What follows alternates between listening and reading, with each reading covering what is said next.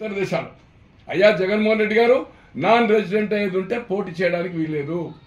రాజకీయ అజ్ఞానంతో ఇటువంటి మాటలు మాట్లాడొద్దని మీరు రోజా గారు కానీ మీరు కూడా గమనించండి.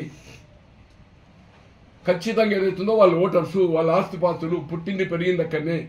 నువ్వు బుడ్డగోసి పెట్టుకున్నప్పుడు ఏదైతుందో చంద్రబాబు గారు 78 ఎమ్మెల్యే అండి. నీ పుట్టుక 71 72 నాకు తెలిసినంతవరకు.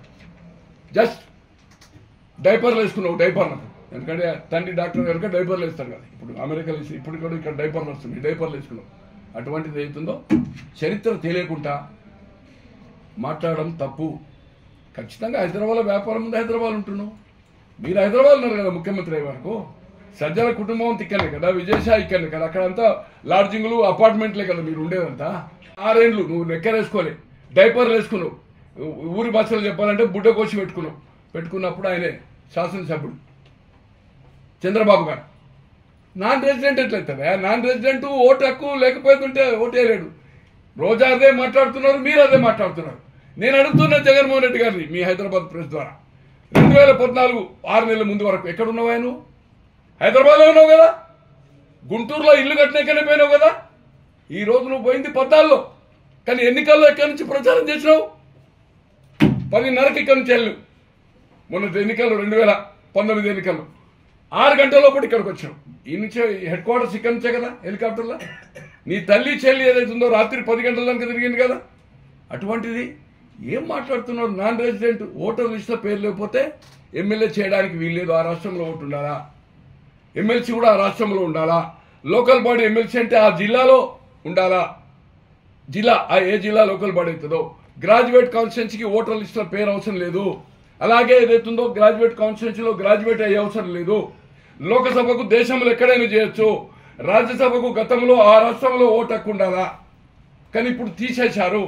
అటువంటిది తెలియకుండా నాన్ రెసిడెన్స్ అని తర్వాత వాళ్ళని ఏదైతుందో లోకేష్ గారు, పవన్ గారు, ఇప్పుడు షర్మిలమ్మ గారు కూడా అయ్యా సజ్జల గారు, రోజా గారు కొడాలను 11 సార్లు ఆమెకు ఓటు హక్కు వచ్చిన తర్వాత 11 టైమ్స్ పులివెందులు వేసింది. రికార్డెడ్ అని చెప్తారు. 11 టైమ్స్ ఉప ఎన్నికలు ఎందుకోసం ఇచ్చినట్టు? రాజ్యసభ డబ్బులే కదా. అటువంటిది ఎవరైతే నీ తండ్రిని చంపిందని చెప్పినావు వాళ్ళతో నువ్వు చేతులు కలుపుతావు. బొత్స సత్యనారాయణ గారు హౌజ్లో రికార్డులుగా ఉంది. గద్గద గంటంతో ఉప ఎన్నిక గెలిచిన తర్వాత విజయలక్ష్మి గారు, అమ్మా మీరు ఆస్తికి మాత్రమే వారసులు, అసలు వారసులం ఆయన కాంగ్రెస్ ముఖ్యమంత్రి, మేం వారసులం అని చెప్పారు. కళ్ళకు నీళ్లు తెచ్చుకుంటూ కూర్చున్నది. మాట్లాడని వల్ల దాడి వీరభద్రరావు కొంతాల రామకృష్ణ గారిని హరాజ్ చేశాడు టీడీపీలో ఉండి. ఒక honest person in the state ఉమ్మడి రాష్ట్రంలో కొనతాల రామకృష్ణ 3 సార్లు ఎంపీ గెలిచాడు. తర్వాత ఎమ్మెల్యే గెలిచి మంత్రి అయ్యాడు. ఇప్పుడు మళ్ళీ ఏదైతుందో పవన్ కళ్యాణ్ గెలిచాడు. అతన్ని పార్టీలో తీసుకుంటే సిరిసేన మొదలే వస్తే అతనికి వ్యతిరేకంగా ఉన్న దాడి వీరభద్రరావు తీసుకున్నాడు. కౌన్సిల్ ఫ్లోర్ లీడర్గా ఉండే టీడీపీ ఫ్లోర్ లీడర్గా కౌన్సిల్లో రికార్డుగా ఉంది. ఈ రోజు రాజశేఖర రెడ్డి గారు బతుకుంటే 7 కొండలు అమ్మేవాడని చెప్పాడు. అటువంటి వాడిని తీసుకొచ్చిండు, ఈయనను బయటకు పంపించాడు.